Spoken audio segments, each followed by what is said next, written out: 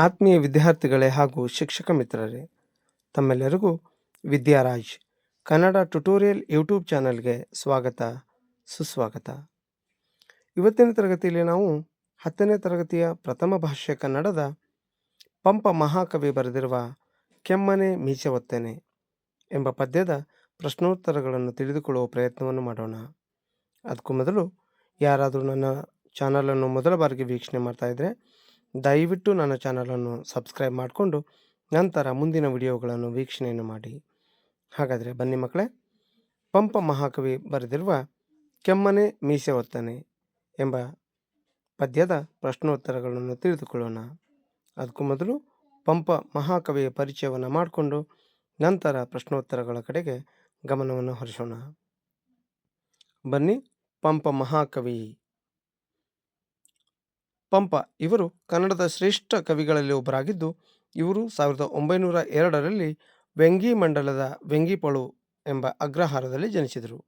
ಇವರು ಕನ್ನಡ ಸಾಹಿತ್ಯಕ್ಕೆ ಅಪಾರವಾದ ಕೊಡುಗೆಗಳನ್ನು ನೀಡಿದ್ದಾರೆ.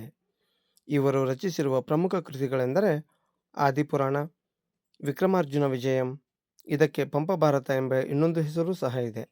ಇವರಿಗೆ ದೊರೆತಿರುವ ಪ್ರಮುಖ ಬಿರುದುಗಳು ಎಂದರೆ ಸರಸ್ವತಿ ಮಣಿಹಾರ, ಸಂಸಾರ ಸಾರೋದಯ, ಕವಿತಾ ಗುಣಾರ್ಣವ ಇನ್ನು ಮುಂತಾದ ಬಿರುದುಗಳನ್ನು ನೀಡಿ ಗೌರವಿಸಲಾಗಿದೆ.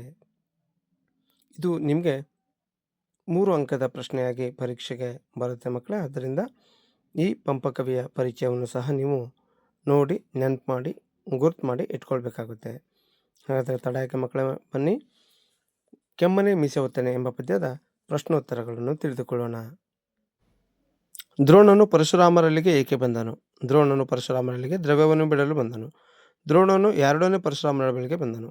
ದ್ರೋಣನು ತಮ್ಮ ಮಗನಾದ ಅಶ್ವತ್ಥಾಮನೊಂದಿಗೆ ಪರಶುರಾಮರ ಬಳಿಗೆ ಬಂದನು. ಪರಶುರಾಮನು ದ್ರೋಣನಿಗೆ ಕೊಟ್ಟ ಪ್ರಧಾನ ಅಸ್ತ್ರಗಳು ಯಾವುವು? ವಾರುಣ, ವಾಯುವ್ಯ, ಆಗ್ನೇಯ, ಇಂದ್ರಿಯ ಇನ್ನೂ ಮುಂತಾದ ಪ್ರಧಾನ ಅಸ್ತ್ರಗಳನ್ನು ಕೊಟ್ಟನು. ದೃಪದನು ಪಡಿಯರನಿಗೆ ಏನೆಂದು ಹೇಳಿ ಕಳಿಸಿದನು? ದ್ರೋಣನು ಯಾರು ಎಂದು ನಾನು ತಿಳಿಯೆನು, ಅವನನ್ನು ಹೊರಗೆ ತಳ್ಳು ಎಂದು ಹೇಳಿ ಕಳಿಸಿದನು. ಹಾಗೆಯೇ 2-3 ವಾಕ್ಯಗಳಲ್ಲಿ ಉತ್ತರಿಸಿರಿ. ದೃಪದನು ದ್ರೋಣನಿಗೆ ಗರ್ವದಿಂದ ಹೇಳಿದ ಮಾತುಗಳು ಯಾವುವು? ಇದು 2-3 ವಾಕ್ಯಗಳಲ್ಲಿ ಉತ್ತರಿಸಿರಿ ಎಂಬ ಪ್ರಶ್ನೆಗೆ ಆನ್ಸರ್ ಆಗುತ್ತೆ. ಇನ್ನು ದ್ರೋಣನು ಶಪಥ ಮಾಡುವಾಗ ಹೇಳಿದ ಮಾತುಗಳು ಯಾವುವು?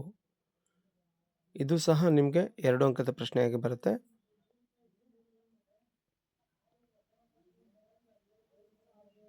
ಇನ್ನು 8-10 ವಾಕ್ಯಗಳಲ್ಲಿ ಉತ್ತರಿಸಿರಿ ಎಂಬ ಪ್ರಶ್ನೆ.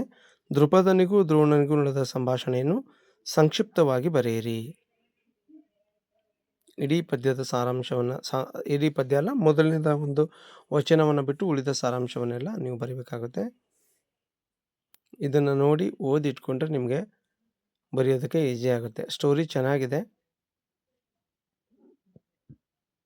ಕಥೆನ 1 ಸರಿ ಬಿಟ್ಟು 2 ಸರಿ ಓದಬೇಕು ನೀವು.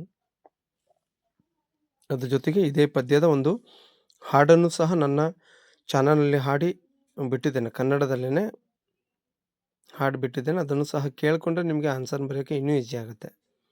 ದ್ರೋಣನು ನೆಕ್ಸ್ಟ್ ಪ್ರಶ್ನೆ. ದ್ರೋಣನು ದೃಪದನ ವಿರುದ್ಧ ಶಪಥ ಮಾಡಲು ಕಾರಣವಾದ ಅಂಶಗಳನ್ನು ವಿವರಿಸಿರಿ. ಇದು ಸಹ 8-10 ವಾಕ್ಯಗಳಲ್ಲಿ ಅಂದರೆ 4 ಅಂಕದ ಪ್ರಶ್ನೆಯಾಗಿ ನಿಮಗೆ ಬರುತ್ತೆ.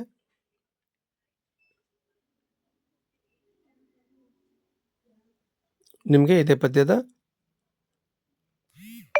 ಒಂದು ಹಾಡನ್ನು ಅಂದರೆ ಆ ದ್ರೋಣನು ಆ ದೃಪದನು ಅನ್ನೋ ಹಾಡನ್ನು ನಿಮಗೆ ಹಾಡಿ ಜನಪದ ಶೈಲಿಯಲ್ಲಿ ಬಿಟ್ಟಿದೆ, ನನ್ನ ಚಾನಲಲ್ಲೇ ಇದೆ, ನೀವು ನೋಡಬಹುದು.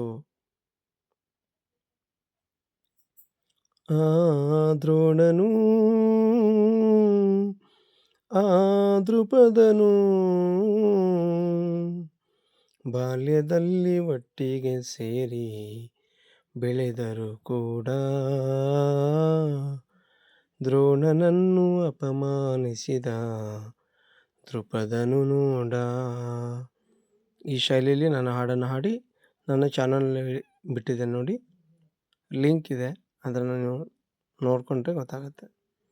ಇನ್ನು ಸಂದರ್ಭ ಸಹಿತ ಸ್ವಾರಸ್ಯವನ್ನು ಬರೆಯಿರಿ. ಈಗಳೊಂದು ಅಡಿಕೆಯು ಮಿಲ್ಲ ಕೈಯೊಳ್. ಈಗ ನನ್ನ ಕೈಯಲ್ಲಿ ಒಂದು ಅಡಿಕೆಯೂ ಸಹ ಇಲ್ಲ ಎಂದು ಪರಶುರಾಮರು ದ್ರೋಣಾಚಾರ್ಯರಿಗೆ ಹೇಳುವ ಸಂದರ್ಭದಲ್ಲಿ ಮಾತು ಇದಾಗಿದೆ. ಆಯ್ಕೆ ಮೊದಲನೇ ಸಂದರ್ಭದ ಆಯ್ಕೆನೇ ಆಗಿರುತ್ತೆ. ಪ್ರತಿಯೊಂದು ಸಂದರ್ಭಗಳಿಗೂ ಮೊದಲನೇ ಸಂದರ್ಭದ ಆಯ್ಕೆನೇ ಆಗಿರುತ್ತೆ. ಇನ್ನು ಎರಡನೇ ಸಂದರ್ಭ ವಿದ್ಯಾಧನಮೇ ಧನಮಪ್ಪದು. ನನ್ನ ಕಡೆಗೆ ಇಷ್ಟು ಬಿಲ್ಲುಗಳು ಮತ್ತು ಒಂದು ಬಾಣ ಇದೆ. ಸಾರಿ, ಒಂದು ಬಿಲ್ಲು ಮತ್ತು ಬಾಣಗಳ ರಾಶಿ ಇದೆ. ದಿವ್ಯವಾದ ಅಸ್ತ್ರಗಳ ರಾಶಿ ಇದೆ. ಯಾವುದು ಬೇಕು ತಗೊಳ್ಳಿ ಅಂದಾಗ ದ್ರೋಣನು ಪರಶುರಾಮರಿಗೆ ಹೇಳುವ ಮಾತು. ಇನ್ನು ಮೂರನೇ ಪ್ರಶ್ನೆ, ಎಂತ ನಾಣೆಲಿಗರ್ ಅಪ್ಪರೆ ಮಾನಸರ್. ಈ ಮಾತನ್ನು ದೃಪದ ದ್ರೋಣನಿಗೆ ಹೇಳುವ ಸಂದರ್ಭದಲ್ಲಿ ಬರುತ್ತೆ. ಇದು 3 ಅಂಕದ ಪ್ರಶ್ನೆಯಾಗಿ ನಿಮಗೆ ಬರುತ್ತೆ. ಸಂದರ್ಭದಿಂದ ಸ್ವಾರಸ್ಯ ಬರೆಯಿರಿ. ಸಂದರ್ಭ ಮೊದಲನೇ ಸಂದರ್ಭ ಆಯ್ಕೆನೇ ಆಗಿರುತ್ತೆ. ಆಯ್ಕೆ ಸಂದರ್ಭ ಬೇರೆ ಬೇರೆ ಆಗಿರುತ್ತೆ. ಜಲಕ್ಕನ್ ಈಗಳ ಒಂದು ನಿಮಿಷ. ಜಲಕ್ಕನ್ ಈಗಳ್ ಅರಿದೆಂ ಸಿರಿ ಕಳ್ಳೊಡ ಹುಟ್ಟಿತೆಂಬುದಂ. ದ್ರೋಣಾಚಾರ್ಯರು ದೃಪದನಿಗೆ ಹೇಳುವಾಗ ಈ ಮೇಲಿನ ಮಾತನ್ನು ಬಳಸ್ತಾರೆ. ಕಳ್ಳು ಅಂದರೆ ಹೆಂಡನು ಸಹ. ಈಗ 5ನೇ ಸಂದರ್ಭ, ನೊಳವಿಂಗೆ ಕುಪ್ಪೆ ವರಂ. ನೊಣಕ್ಕೆ ತಿಪ್ಪೆಯೇ ಶ್ರೇಷ್ಠ ಎಂದು ದ್ರೋಣಾಚಾರ್ಯರು ದೃಪದನಿಗೆ ಹೇಳುವಾಗ ಶಪಥ ಮಾಡುವ ಸಂದರ್ಭದಲ್ಲಿ ಈ ಮೇಲಿನ ಮಾತನ್ನು ಬಳಸ್ತಾರೆ. ಇದು ನಿಮಗೆ 3 ಅಂಕದ ಪ್ರಶ್ನೆಯಾಗಿ ಬರುತ್ತೆ. ಇನ್ನು ಭಾಷಾ ಚಟುವಟಿಕೆ, ಕೊಟ್ಟಿರುವ ಪದಗಳನ್ನು ಬಿಡಿಸಿ ಸಂಧಿಯನ್ನು ಸರಿಸಿ.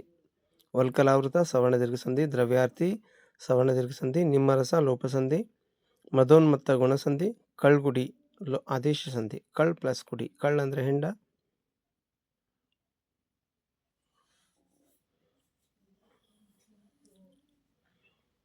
ದಿವ್ಯ ಶರಾಳಿ ಕರ್ಮಧಾರಯ ಸಮಾಸ, ಮಹೀಪತಿ ಬಹುವ್ರೀಹಿ ಸಮಾಸ, ಕಳ್ಗುಡಿ ಕ್ರಿಯಾ ಸಮಾಸ. ಅಲಂಕಾರ ಗುರುತಿಸಿ, ಲಕ್ಷಣದೊಂದಿಗೆ ಸಮನ್ವಯಗೊಳಿಸಿ. ಇದು ನಿಮಗೆ 3 ಅಂಕದ ಪ್ರಶ್ನೆಯಾಗಿ ಬರುತ್ತೆ ಮಕ್ಕಳೇ. ಪದ್ಯಕ್ಕೆ ಪ್ರಸ್ತಾರ ಹಾಕಿ ಗಣ ವಿಭಾಗ ಮಾಡಿ ಛಂದಸ್ಸಿನ ಹೆಸರು ಬರೆಯಿರಿ. ಇದು ಸಹ ನಿಮಗೆ 3 ಅಂಕದ ಪ್ರಶ್ನೆಯಾಗಿ ಬರುತ್ತೆ.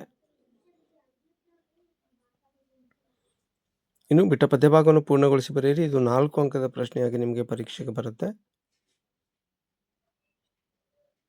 ನೋಡಿದ್ರಲ್ಲ ಮಕ್ಕಳೇ, ಈ ವಿಡಿಯೋ ನಿಮಗೆ ಇಷ್ಟ ಆಗಿದೆ ಅಂಥೇಳಿ ನಾನು ಅನ್ಕೋತೀನಿ. ಈ ವಿಡಿಯೋ ನಿಮಗೆ ಇಷ್ಟ ಆಗಿದೆ, ಉಪಯೋಗ ಆಗಿದೆ ಅಂತ ನಿಮಗೆ ಅನಿಸಿದರೆ ದಯವಿಟ್ಟು ನನ್ನ ಚಾನಲನ್ನು ಲೈಕ್ ಮಾಡಿ, ಶೇರ್ ಮಾಡಿ, ಕಮೆಂಟ್ಸ್ ಮಾಡಿ. ಹಾಗೆಯೇ ನನ್ನ ಯೂಟ್ಯೂಬ್ ಚಾನಲನ್ನು ಸಬ್ಸ್ಕ್ರೈಬ್ ಮಾಡ್ಕೊಳ್ಳೋದನ್ನು ಮಾತ್ರ ಮರಿಬೇಡಿ. ಇನ್ನು ಹೆಚ್ಚಿನ ವಿಡಿಯೋಗಳು ನಿಮಗಾಗಿ ಕಾಯ್ತಾ ಬೇಕು ಅಂತ ಅಂದರೆ ಹಾಗೆಯೇ ಬೆಲ್ ಐಕನನ್ನು ಸಹ ಪ್ರೆಸ್ ಮಾಡಿ. ಧನ್ಯವಾದಗಳು.